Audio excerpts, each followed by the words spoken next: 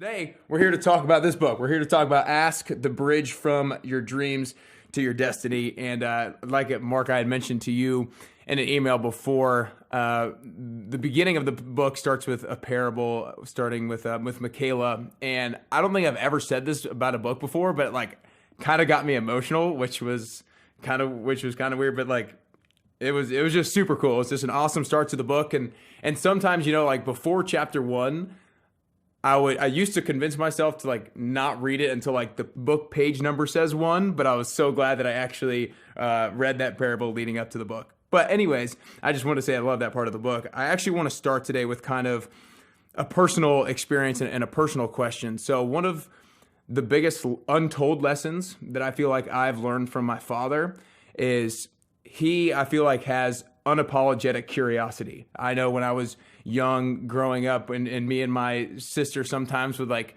cringe when he would ask somebody a question because we were like, oh, they don't want to answer that. Like why would you ask them that question? And I feel like that's still a part of me today. Sometimes I don't ask somebody else a question because I fear that they either don't want to be asked that or they don't want to answer it or something to that nature. And so what advice can you give me in regards to not feeling that way and not holding myself back from asking the question for that reason? Wow. Well, first of all, I love the question, and I think it goes everywhere because I had unabashed curiosity, and even one of my daughters, we were at a great meal, and there's a great author right across the table, Dean Koontz, he writes horror, and that's not the zone I write, but I wanted to meet him, and I knew that it was there. I said, Dad, you just can't go up and walk up and tell people stuff and ask them questions. She was a teenager, and she was sophomore, and she knew everything. And I thought, wow. So what we did in our book is we said, hey, look, there's 7 roadblocks to asking, and one comes out of unworthiness, and you say, well, am I going to look less worthy? And get rejected? Because everyone's got to make themselves rejection proof, especially in these times. You got to become bulletproof. Then we doubt whether we're worthy to ask a question. What if it's a question that makes me look stupid and all that kind of stuff? Then we're naive about what we can ask. These are the 7 roadblocks that we cover so well. And excusology, I'll just make an excuse. I'll meet him or her sometime. Well, I've never met him again, and I really had some questions. I did read some of his books. And then we got fear, which is false evidence appearing as real. And fear is running rampant right now. Yesterday, we decided we're going to do a product on overcoming that for everybody because there's 5 kinds of fear. And then pattern paralysis, where, my teacher's teacher was Albert Einstein. Bucky Fuller was my teacher, and his teacher was Albert. And Einstein always said, if you keep doing what you're doing and expect a new result, you're cuckoo crazy. And then last but not least, disconnection, which because so many of us have gone into this cocoon for almost a year now, we're feeling disconnected and discombobulated in a lot of things. That's a quick overview and maybe too broad brush, and we can go very specific if you want. But I'm cheering you on to you've done 245 episodes. God bless you for having such a big podcast. So you got to be good at questions, and I'm glad you got out of the withholds of your dad, and hopefully you thank him for inspiring you to ask endless questions. Yeah, no, it definitely has, and I felt like it was kind of when I started the podcast, or a little bit before the podcast, is when I really felt myself get a little bit more and more curious about a lot of different things. And so, how much do you feel like curiosity is both like natural or born versus learned? And obviously I'm sure some of it is learned. So the second part of that question is, how can you actually like activate and stimulate curiosity out of somebody? Right. No, it's such a great question. And, we talk about that in the book. The fact is, we all come into this world as children completely uncorrupted in our ability to ask. And we ask for everything. We're endlessly curious. We want to know who, what, when, where, why, how. And we also want to ask for more. And we're not afraid to ask for more or ask for what we want, right? Because that is our little human spirit growing and evolving. And that is the very thing, those questions that we demand answers to, is the very thing that allows us as that little human being to keep growing and learning and becoming something new every day. In fact, it's the only way that we can grow and learn and evolve. And then over time, depending on the way we were parented, and it sounds like your dad was awesome at this and just a great example, but a lot of people's parents weren't. It's like, quit asking questions. You're going to sound stupid. Don't bug me, you know? So the way we were parented, the events that happened in our schooling, you know, was there an environment that fostered questions? There's like, just listen to what you're told and don't ask so many questions, you know, that sort of thing. All those little things start to become the baggage that we carry around. And then we go on to jobs where our opinions aren't valued. They don't even ask us for feedback, you know, or if you try, it's like, no, we told you what to do, just do it. And over time, and then just basic life rejection, that beautiful innate ability to ask questions, to be curious, to do it shamelessly, just gets crushed out of us. And it's so sad because the studies show that we looked at a lot of studies, and the studies show that most people are afraid to ask. And going into the study, what they found was most people thought if they asked for help, advice, information, or just ask someone to help them with something, that they would be perceived as being stupid, ignorant, uninformed, or that the person would just be irritated, annoyed, and think that, you know, you're just obnoxious and pushy. And the studies reveal just the opposite. So our perception going into asking for something is very different than the reality. The reality is, if you ask someone something, generally people are pretty open and willing. In fact, there's an 80% more likely chance that you're going to get your request answered in some way to the best of their ability, right? And so there's honestly like no reason not to ask.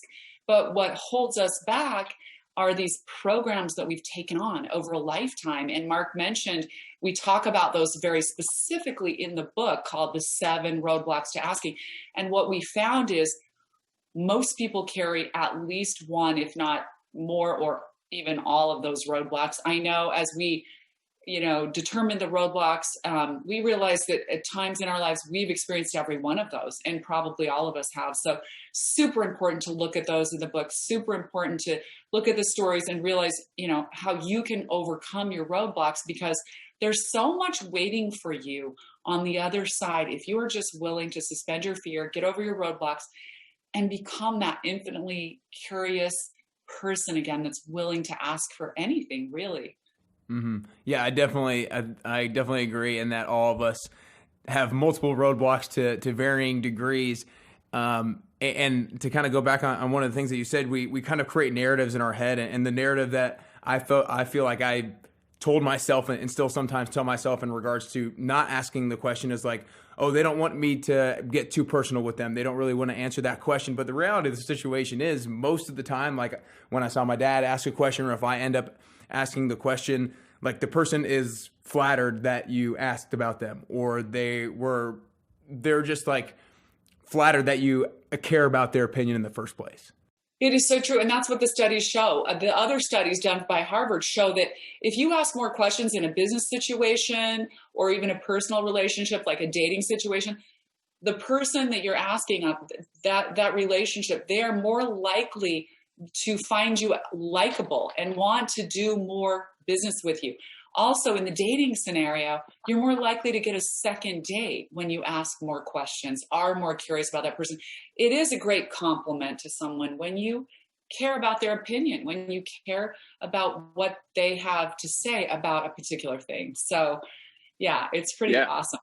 No, I completely agree. Oh, go ahead. Nick, with your permission, I want to go back. She wrote The Fable of Michaela, and she was going to be doing it in 4 parts in the book. And I said, no, honey, we got to squish it together. This is so magnificent. It's going to be the world's longest fable to start a book rather than a fairy tale book. What is it that caused you to have emotionality? What part of the story about Michaela? I think it was the fact that she just didn't seem like she had a whole lot of belief in herself, that anything she did had an impact. And then when countless people were recognizing her for her impact that she was making on the entire community, and like that part was just so cool, because she just didn't believe in herself. And like, to me, that's my biggest pain when I coach people or I see people and they don't believe in themselves, that they can be something great. That gives me the most pain. And so like when I saw that in her, that's what made me emotional. And that's really the place we're at right now. People have had the belief squished out of them. And what we're saying is, and why we think Ask is working so well is we're saying, hey, look, everybody's telling us they don't get one book, they get three. They get one for themselves, one for their partner, whether it's a spousal partner, business partner, mastermind partner, church partner, and they're going over every question and they're transforming, coming out of this cocoon and saying, hey, wait a second, what they ask themselves, the three questions we ask, who am I with others and who am I in God? And those kind of questions. And as you start to ask them, you unfold, you transform. And that's what she did. That's why that story is so, to me, it's every man and every woman. It's a compelling human narrative that all of us have some self-belief issues that we got to work on and sculpt to make our great, grander self. And that's why the subtitle of the book, Ask, the bridge from your dreams to your destiny, because all of us have a destiny. If you're alive, you got a destiny. Even though you've been shut down for a year, and even though you might own a restaurant in Nashville that's not open right now, you've still got a great destiny. Yeah. I definitely think that we all struggle from varying levels of the self-belief issue and definitely need to ask our way out of it a lot of times. But last thing I wanted to say before I kind of want to dive into one of the roadblocks in particular was, you mentioned how the studies show that you're going to have a better relationship if you ask. And there's a saying that to be the most interesting person in the room, be the most interested person in the room, and ask the most questions. But I want to dive into, I think it might be the fourth roadblock, excuses, where, Mark, you talk about a story with your brother Bailey, where I think you dropped him off at the airport after him spending a few days or holiday with you, whatever it was, and you thought he was going to be fine, but I guess he had never really been to the airport by himself. Long story short, he ends up missing his flight, but you don't find out until maybe his daughter called you later that night or the next day or whatever it was and said, like, where is he? And you were like, what do you mean? He's not there. And you ended up finding out that he did not know how to navigate his way through the airport, but he was too prideful to ask anybody for help or ask you for help.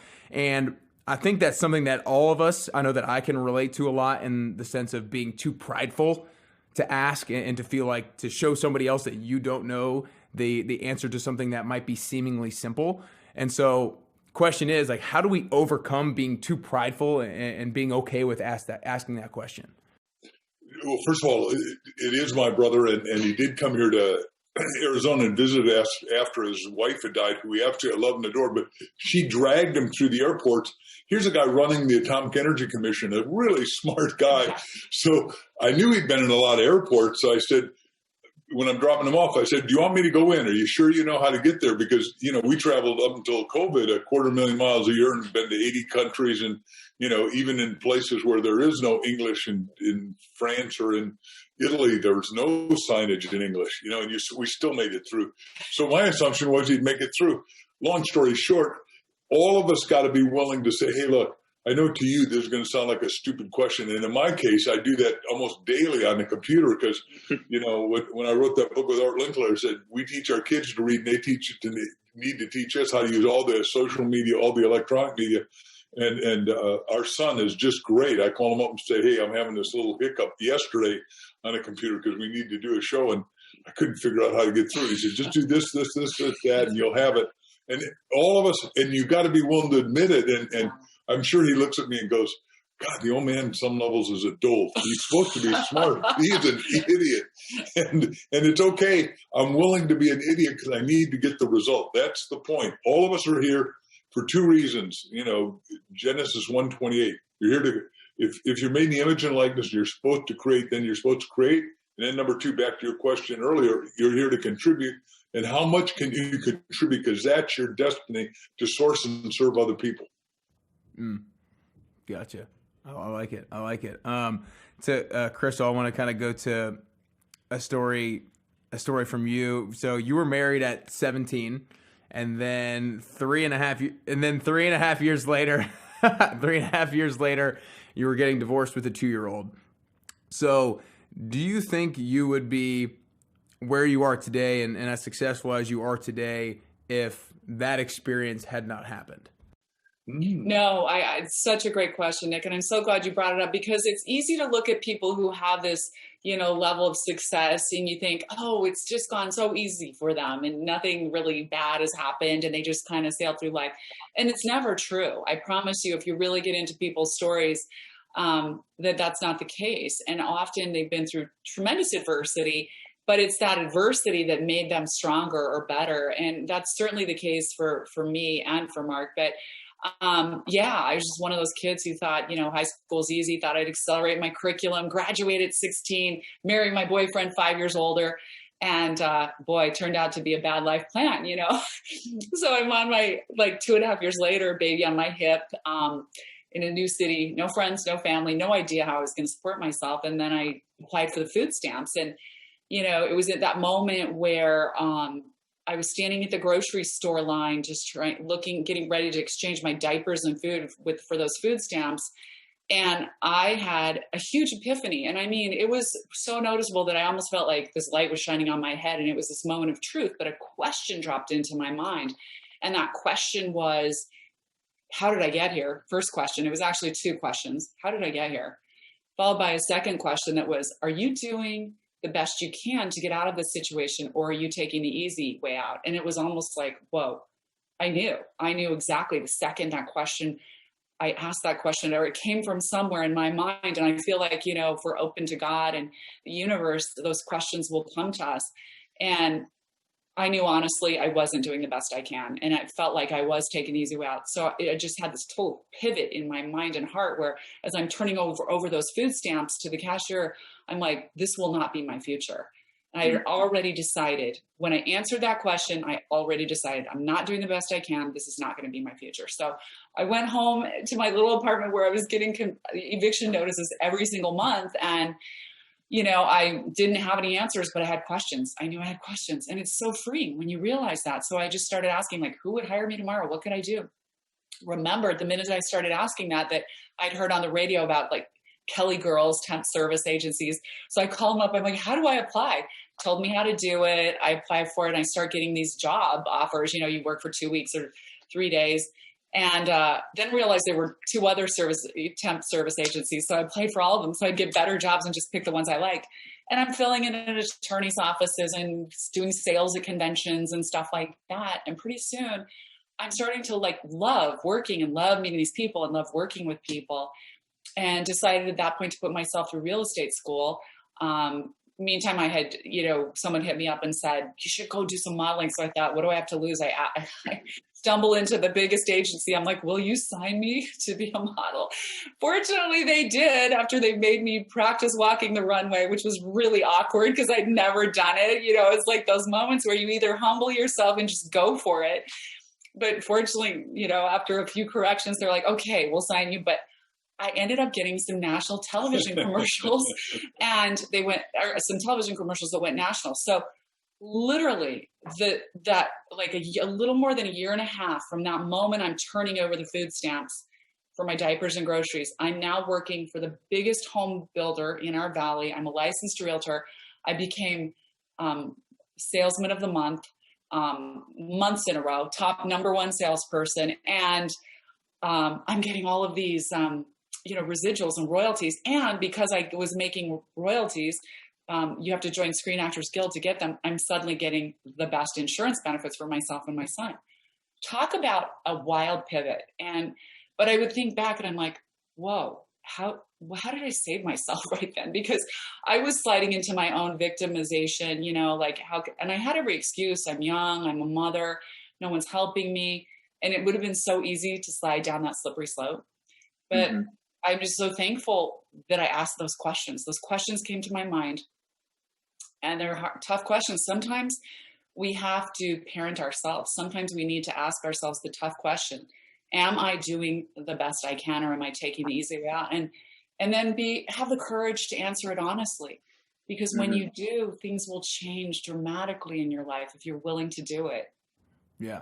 Well, and that's why I asked the question, Crystal, because I feel like so many people don't realize they're falling into the easy way out, because it can sometimes just all of a sudden, you can wake up one day, or you can be in the line one day and just figure out that it's happening. And to me, that was a really powerful question that I read as well. I wrote it down in my notes, and the question was this: are you taking the easy way out by finding ways to just survive?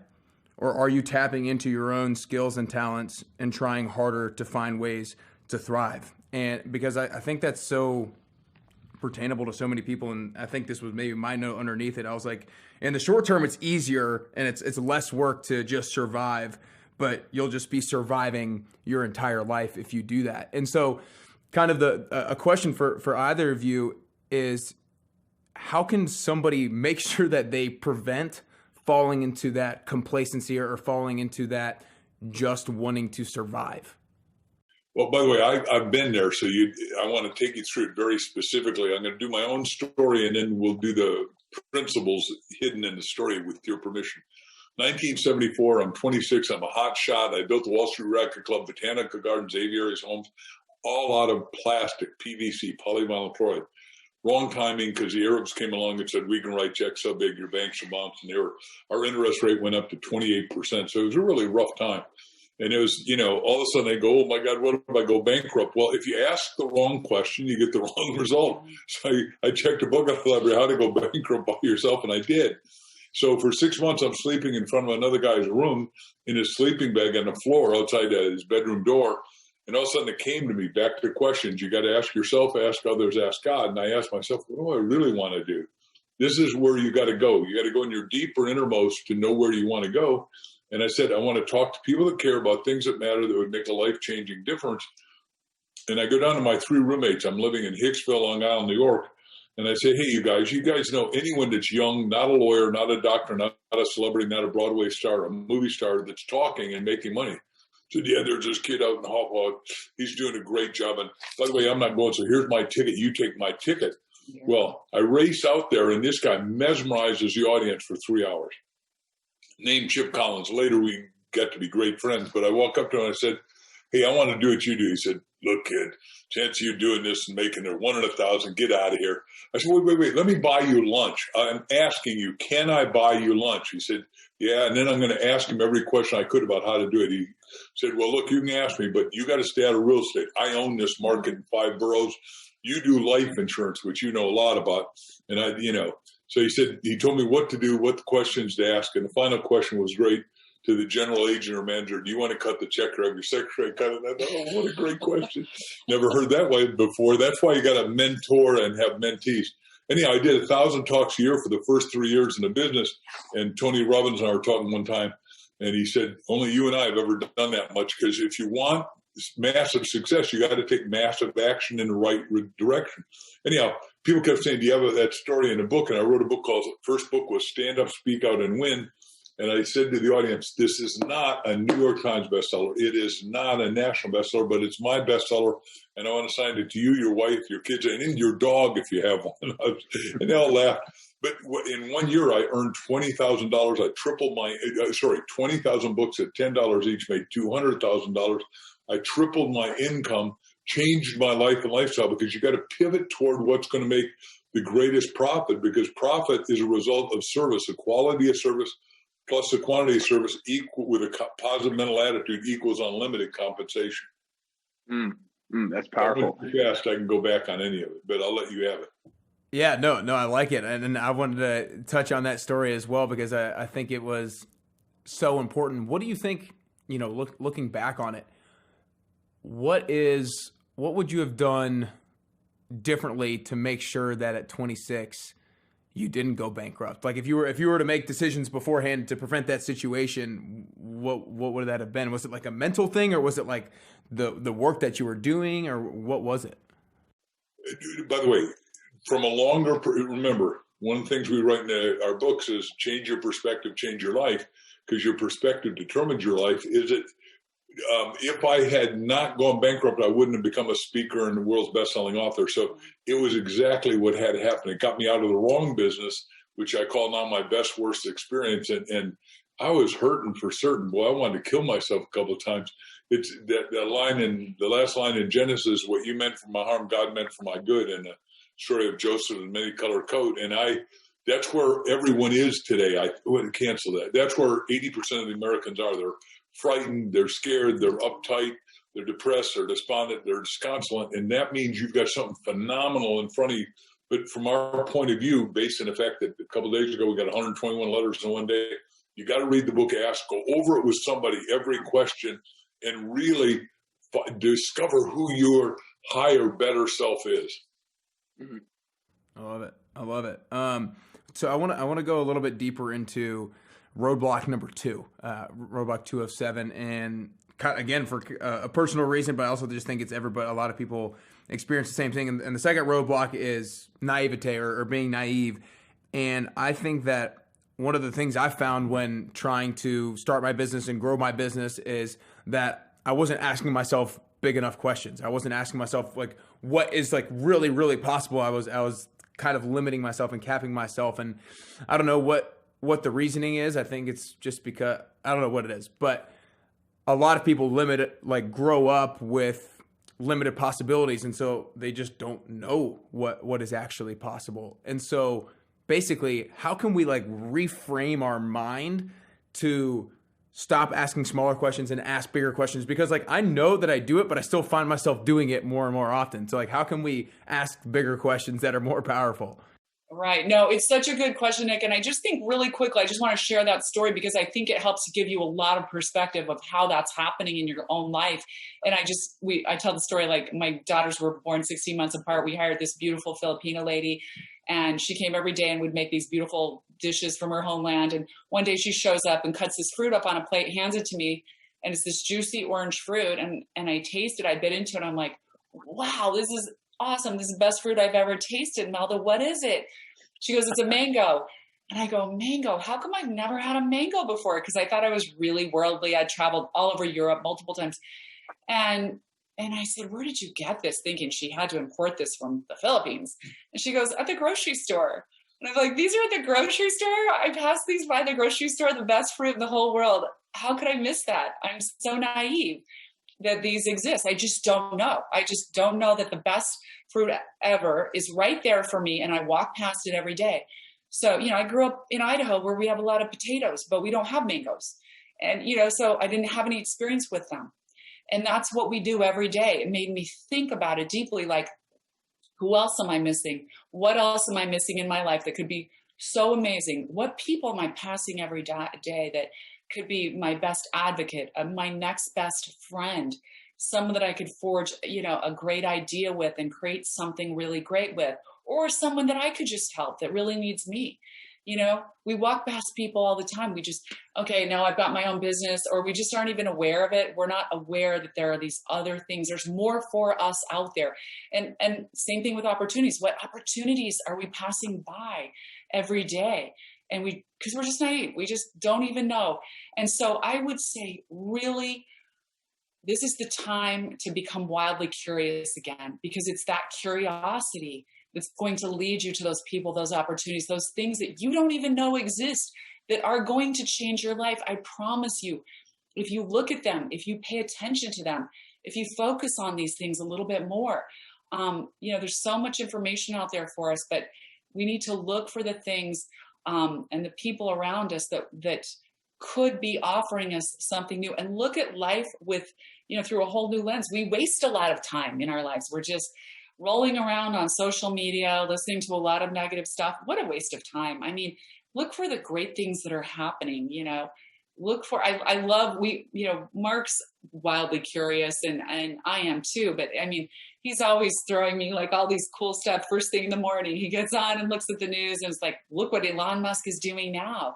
This is going to affect our lives. Elon Musk put 1,000 satellites into space and he's going to put 40,000 and he's going to do this worldwide uncensored free internet for everyone. So if you're a farmer in Pakistan or, in Greenland, you can get the internet. And so it connects us all. And so it equalizes everything. And I think there are going to be so many opportunities if we stay positive. We're in this politically charged environment and divided environment. We need to stop dividing and start remembering we're human beings and start thinking about how do we create a beautiful utopia in our world? How do we, and it's really by connecting to one another, connecting to these amazing opportunities that technology will build for us, will bring to us. And a lot of these technology breakthroughs will transcend governments. I mean, it's going to be amazing, but never has there been a more important time for each of us to be our best. And we need to sit down with ourselves and take that asking journey so we're ready and we're prepared and we're actually excited. We're not hopeless. We're excited. We need to sit there and ask ourselves, ask others, and ask God. And Mark and I spend the first hour of every day, like in this meditation, prayer kind of session where we ask these questions, redoing our priorities. Are we on track? What's important to us today? All of these things that sort of re-vector you and keep you on your path, keep you on that bridge from your dreams to your destiny.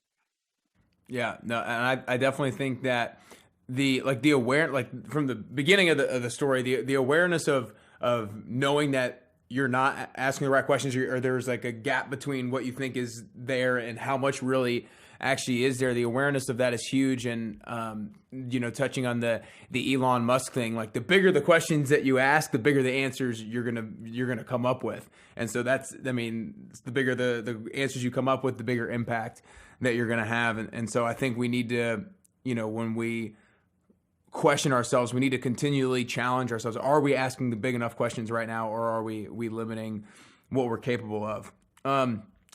Next, I kind of want to go through a series of what I've written down as like of most important questions, if you will. And so for both of you guys, has there been a most important question that you've asked in the past, but you didn't really realize the significance of it until a little bit later? Yeah, I'm going to hit that first, and then she can hit it with your permission. I really think this thing, ask yourself, ask others, ask God. Ask God is usually forgotten. And what it means is, if you don't know your destiny, 400 times before you go to sleep, you say, God, what's your destiny for me? God, what's your destiny for me? God, what's your destiny for me? Your deeper, innermost, highermost subconscious mind will answer, but you've got to be ready with a pen and paper and tell your sweetiekins, hey, sweetie, I just listen to Mark and Crystal, and they may be whack jobs, but, I got to have paper next to bed because the answer is going to come. At the simplest level, when I came out of bankruptcy and I was trying to get bigger like you are right now, back in 1974, making $100,000 a year is like making $500,000 a year now, and I wanted to do that. So I'd read The Magic of Believing by Claude Bristol. It said, go to bed and meditate 400 times. And I thought, wow, I'll just do it 400. I'm going to make 400 tomorrow. And in the middle of the night, 2:58 in the morning, it came through. Bill Widener, State Mutual. I'd never heard of him, never heard of State Mutual. I was working with Metropolitan, Prudential, all the big guys, Guardian. But I'm out cold calling. I did a seminar. I'm cold calling before I do the next seminar out in Hawkpog. Going to this building that's a Met building, and it says Bill Widener, State Mutual. And I went, holy cow. Because I had it written down. I had it on equivalently a sticky in my pocket. Walk in, nobody's at the front desk. It's lunchtime. I rushed to the guy's office. Within 5 minutes, he gave me a check for $400. And I thought, whoa, this works. Now, the difference, $400 a day times 250 work days is $100,000. Ask a bigger question. I sat with the best salesman in the world right after that, Ben Feldman. And he said, Mark, you should be making $1 million a year. And he said, it's only 10. And I said, I don't get it. What do you mean 10? He said, the difference between 400 a day and 4,000 a day is 10. 4,000 times 250 is $1 million a year. If your kid's life depended on it, could you make $4,000 tomorrow? I said, yes, sir. And suddenly I opened it up. So back to my cliche, which fits what you just said, the size of your question determines the size of your result. If you ask little questions like, how am I going to get a job? How am I going to get along? How am I just going to not die? Those aren't bad questions, but they're not meaty, strong, bold, hearty questions. They're opening opportunity, promotion, advancement, and expansion for you and everyone else. Because when you do better, you can help everyone else do better. And in New York, Andrew Carnegie's house, first thing he wrote in marble at the third grade education is, no one can get rich without enriching all others. That's good. That's good. Crystal, did you have a question that you feel like was the most important question that you've asked, but you didn't realize the significance of asking it until later? I think the most important question for me that I've continued to ask, and especially I feel as my spiritual journey has progressed, that's become so important is that, God, what is the greatest expression of me for which I was made? Because I really think that's the ultimate. You were made with a certain set of, your own talents, skills, understandings. There's nobody like you. And so the ultimate state of that is your ultimate state of expression. How do you become the ultimate expression of you? How do I become the ultimate expression of me, for which I was made to the nth degree of what I could do, how I could serve, how could I could influence in a positive way?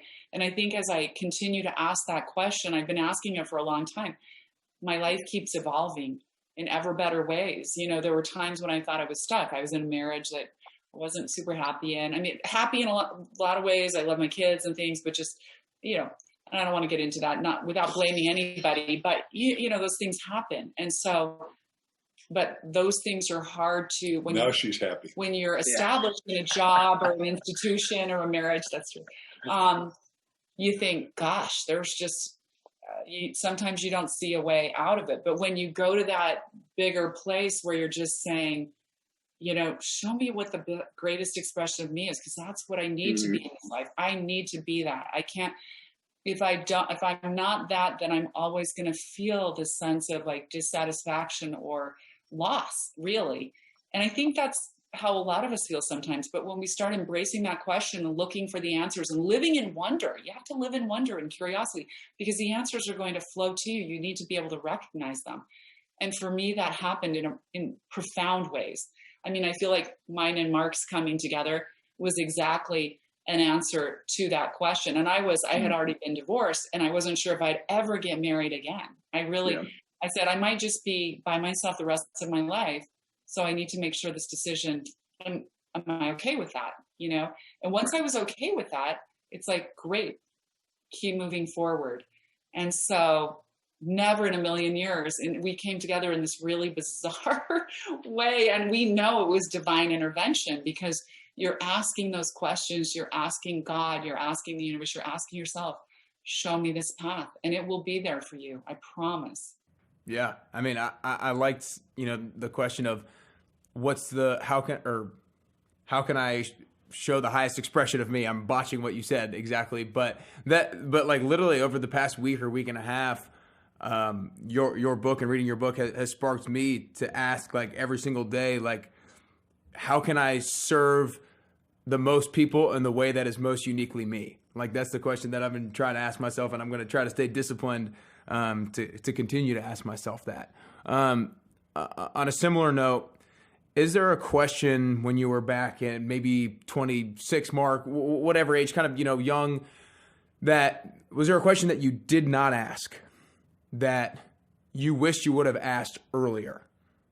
I know what. Yeah, by the way, because I do have perspective being age 73 now, but I'm going to be 127th options for renewal. I was making what I thought was a lot of money, but I could have tenfolded that if I had just asked, why don't I write more books faster? I was so happy selling one book that I could have sold 2 and doubled the income. I could have sold 10 and had a whole little package. And I don't know why.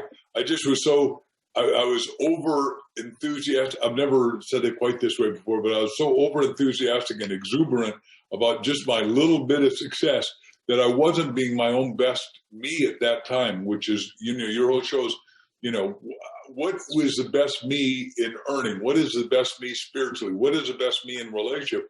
What is the best me? Well, now I know that I got to not only write books, but I got to sell books and create other programs and run the businesses. That's the best for me and the best for us. I like that. How about you, Crystal? Anything that you wish you would have asked yourself earlier? You know, you can look back and look at your mistakes and sort of second guess, but I almost think that everything that has happened so far has set me up for my realizations and successes and breakthroughs. You know, it's made me become who I am today. So it's really hard for me to think back and regret that. I mean, there were a few things maybe I wish I would have pushed a little harder on. I mean, I'll tell you, I know one.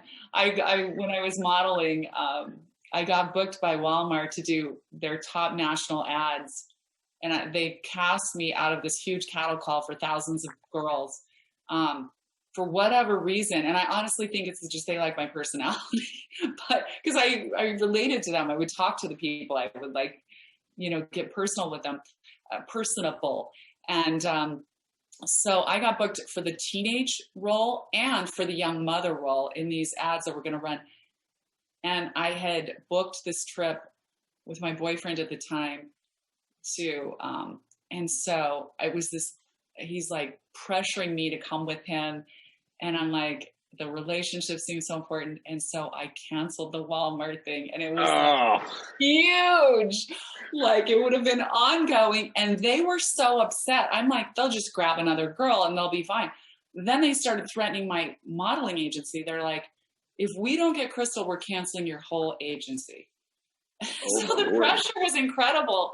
And I think I do second guess that decision. I wish I would have, I feel like I caved to pleasing my boyfriend who we did end up getting married, but I wish I would have chosen myself, because that was just a trip. We could do another trip.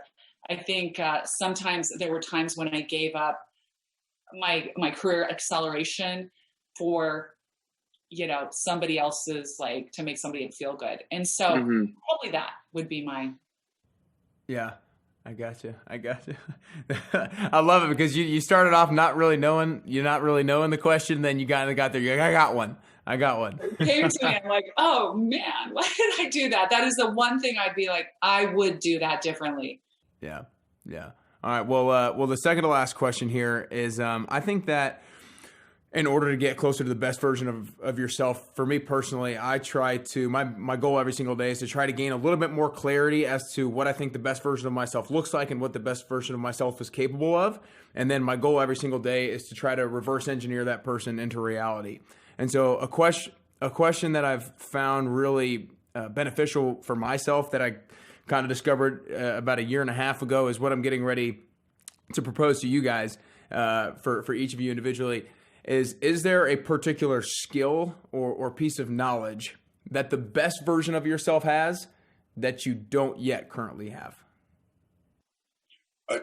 We'll both get the answer to that, of course, and it's a great question. But I think we believe that the visualization is the most important part. This is where you close your outer eyes, go inside the secret place of the Most High, in the eye of faith, and a stage of your imagination, and you see what does it look like that you're going to be doing. Like right now, we are rocking selling books, but we think the whole marketplace is going to open up. We're going to get to speak again. And right before COVID shut us down, we had 2 giant launch talks for this in Florida in April and May, one with 11,000 in Florida and one with 15,000 in Washington, D.C.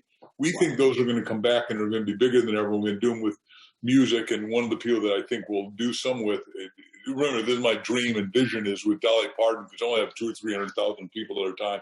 And she is just amazingly positive.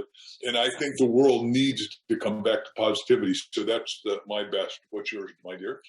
So I think my future self knows the way that I'm going to reach, millions more people than I'm reaching right now, to really, truly help give them a new beginning and a new start, and really understand what it is inside of them that's holding them back. I like that. Well, Mark, if you ever do it with Dolly Parton here in Nashville, you got to let me know. I would come. She is the cover of People magazine, which I happen to buy, and it just is amazing. Just because she was on it, he saw it. Yeah. One of our great musicians friends is got the same agent that she does, so they're in discussions now. And I said, look, we used to run these giant rallies, inclusive of Nashville, with PMA rallies, and some names you won't know, but Paul Harvey and Zig Ziglar and Cavett Robert and myself, and back then Neil Diamond or John Denver, and we blew it out of back then. The most you could have was 17,000 in an arena. Today, arenas can hold more. So, and I think there are going to be some outside, and it'll be very exciting. And I'm sure we'll do Nashville because it's one of the crowningly good cities in the planet. Yeah, I love it here. Well, before I ask the last question, I want to acknowledge you guys. Crystal, you first, for being able to, when you were 20 years old in the line for food stamps, be able to have that kind of that realization, that epiphany of like, wait, this is not going to be my life. I'm not going to accept this. I'm not going to take the easy way out. I'm not going to be complacent. I'm going to start taking action. And then you did. And, a year and a half later, you were doing modeling and working in real estate and doing really well for yourself. And so I think a lot of people are doing that. And I want to, or a lot of people are in that situation and maybe aren't taking action as quickly as and as profoundly as you did. And so I think that's really special. Thank you. Thank you, Nick. I really appreciate that acknowledgement. Thank you. Of course. And Mark, you as well. Back when in 26, when you went bankrupt, you flipped it around pretty quickly. Within 2 months, you were doing 4 talks a day, and then, like you said, I forget the exact figure, but 1,000 talks in a year, like Tony Robbins. To be able to have the ability to ask yourself that bigger question, and instead of 400, how can it be 4,000? Instead of 100,000, how can it be 1,000,000? And for you to be able to take that and run with the career that you've been able to have, like we haven't talked anything about Chicken Soup for the Soul or anything like that, but be able to run with that and have the career that you have, it's obviously had a profound impact on you and so many countless others. We think we've had 1 billion readers worldwide, and I could not be more thankful that I got to do something big.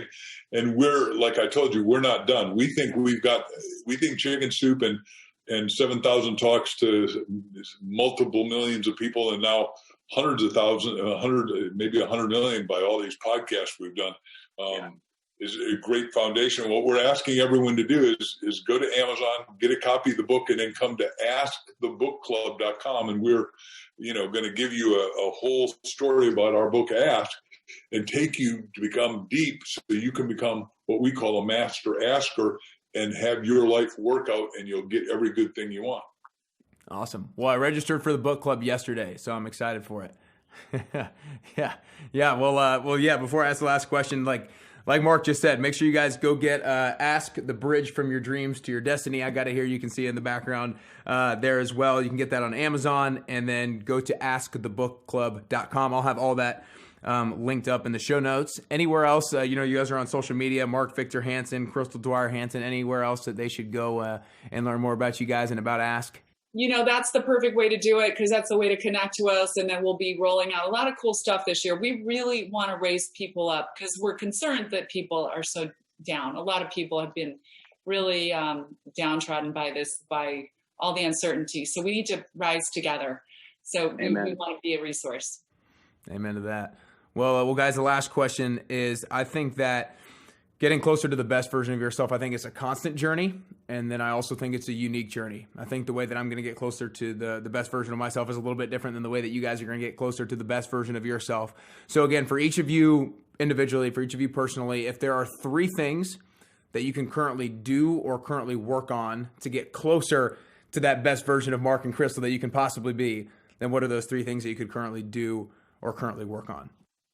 I think for me, it's always a struggle, just super organize myself, because we have so much coming at us right now. So organization is important. We have so much content right now that we're putting together and try to put in a form that out and, get it to the right people. So always like prioritizing, organizing, and then just taking that action. It is just, that's what's important for me right now, because I know we have all that we need. We just need to get it out there. So she did the specificity, so I'll do the general. Figure out what you want, which we're always doing every day in this prayer and meditation. Then number 2, we put it in writing. We literally journal everything, and we got a gazillion journals. I got journals back 44 years now. Thank God I learned that a long time ago, that you got a journal. And number 3, we visualize to realize. And I got a whole set of tapes on that. And obviously there's a best-selling book coming out next month that I wrote called Visualizing is Realizing, because the publisher, book sales are up 30%, and we're very thankful that they are, even though bookstores are closed, which is just sort of a mind blower to me, because I used to do so much with bookstores. Yeah, well, those are 3 great things. I'm looking forward to getting Visualizing to realize as well. I think that's going to be awesome. And like I said, I think that's one of the biggest constant steps that we have to do, to try to visualize, to gain clarity on what does the best version of ourselves look like, so that we actually can create some sort of game plan and strategy to get there.